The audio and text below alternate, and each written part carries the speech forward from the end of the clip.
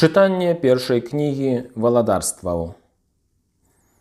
У тыя дні пайшоў Ілля ў пустыню на адлегласць аднаго дня дарогі і, прыйшоўшы, сеў пад адным з кустоў ядлоўцу і прасіў смерці сабе. І сказаў: «Хопіць ужо, Господзе, вазьмі маё жыццё, бо я не лепшы ад маіх продкаў». І лёг ён і заснуў. І вось анёл дакрануўся да яго і сказаў яму: «Устань і еш». Ілля глянуў, і вось каля ягонай галавы была печаная аладка і збан вады. Ён з'еў і выпіў, і зноў заснуў. Але анёл Господа другі раз вярнуўся, дакрануўся да яго і сказаў: «Устань і еш, бо далёкая дарога прад табою». Ён устаў, з'еў і выпіў, і, падмацаваўшыся гэтым пасілкам, ішоў ён 40 дзён і 40 начэй да Божай гары Гарэб. Гэта Слова Божае. Чытанне паслання святога апостала Паўла да эфесцаў. Браты, не зневажайце Святога Духа Божага, якім вы запячатаны на дзень адкуплення. Усякая горыч і раздражненне, і гнеў, і крык, і блюзнерства няхай будуць выдалены ад вас разам з усякай злосцю. Вы ж будзьце адзін да аднаго лагоднымі, міласэрнымі, даруйце адзін аднаму, як і Бог у Хрысце дараваў вам. Дык вось, наследуйце Бога, як дзеці ўмілаваныя, і паступайце ў любові, як і Христос полюбіў нас, і аддаў сябе за нас, як дар і ахвяру Богу на прыемны пах.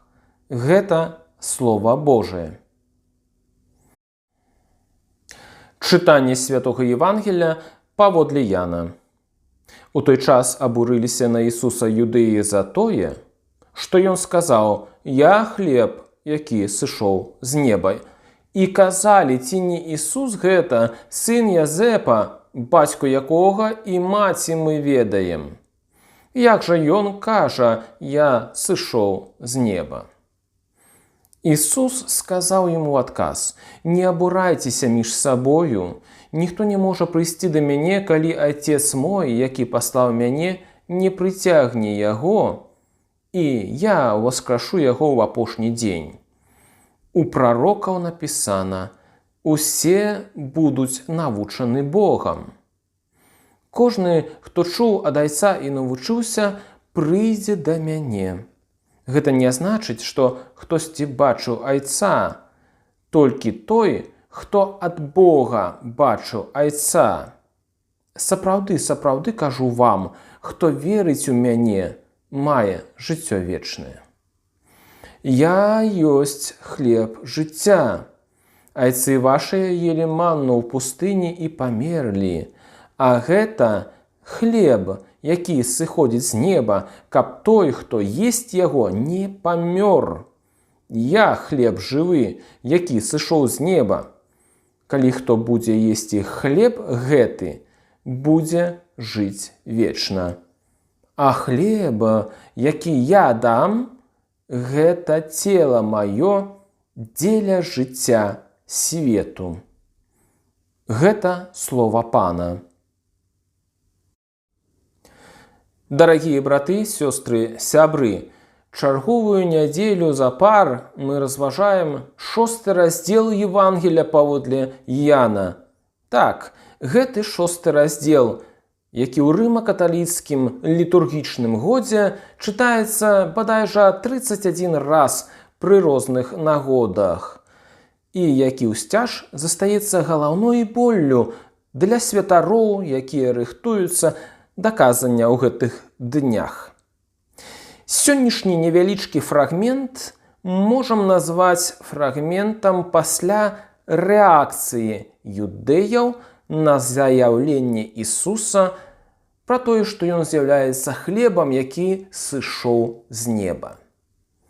Бенедыкт XVI у сваёй кнізе «Ісус з Назарэту» піша так: «Па меры унутранага развіцця юдэйская думка ўсё больш ясна пачала ўсведамляць, што праўдзівым хлебам нябесным, які пасяляў і пасяляе Ізраіль, з'яўляецца менавіта закон, інакш Божае Слова. І трошкі далей у тым самым месцы чытаем. Закон персаніфікаваўся, дакранаючыся Ісуса, мы пасяляемся жывым хлебам, сапраўдным хлебам нябесным. Канец цытаты. Ісус, як жывы хлеб, які належыць спажываць у веры, каб мець жыццё вечнае, гэта вельмі няпростая думка для слухачоў Господа. Нястраўнасць слоў Ісуса падкрэслівае грэцкае слова «саркс», якое ў адрозненні ад сіноптыкаў ужывае евангеліст Ян. Грэцкае слова «саркс» азначае «мяса», «мяса». Іншыя евангелісты ўжываюць больш нейтральнае слова «сома», «цела». Тут могуць узнікнуць нават алюзіі да першабытных культаў, звязаных з канібалізмам, або да сучасных акультных сектаў, якія п'юць чалавечую кроў або гэтак званую гарбату з валасоў свайго гуру і гэтак далей. І ўсё гэта дзеля таго, каб узяць удзел у моцы ці ў прыродзе таго, частку якога яны спажываюць. Але гэта ўсё былі ці ёсць недакульты, з іх недабагамі. Сапраўдны жа культ аб'яўляе нам Ісус Христос, Бог, у сваім уцелаўленні, крыжовай смерці і воскрасенні. У сённяшнім фрагменце ён гаворыць загадковыя словы: «Ніхто не можа прыйсці да мяне, калі Отец мой, які паслаў мяне, не прыцягне яго, і я воскрашу яго ў апошні дзень». Вазьму на сябе смеласць у гэтых словах Хрыста, пераказаных нам евангелістам Янам, бачыць алюзію да крыжа, на якім Бог Айцец прыцягнуў да сябе свайго Сына.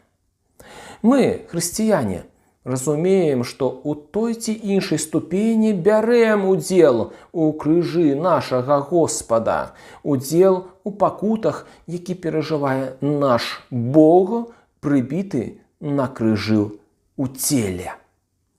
Можам падсумаваць гэтую думку словамі моцарта тэалогіі Бенедыкта XVI, які піша: «Багаслоўе ўцелаўлення і багаслоўе крыжа неразрыўна узаемазвязаныя». Найбольш выразна гэтую лучнасць можна пабачыць у Еўхарыстыі, таемніцы, у якой хлеб і віно стаюцца целам і крывёю Ісуса Хрыста, ахвярай падзякі і адначасова камуніяй або прычасціем, удзелам у апошнім і першым дні нашага Господа. Знакава, што евангеліст Ян не дае апісання ўстанаўлення Еўхарыстыі у адрозненні ад евангелістаў-сіноптыкаў. Але мы цяпер ведаем чаму, праўда? З вамі ж быў отец Андрей Буйніч. Жадаю ўсім нам блаславёнай і мірнай нядзелі.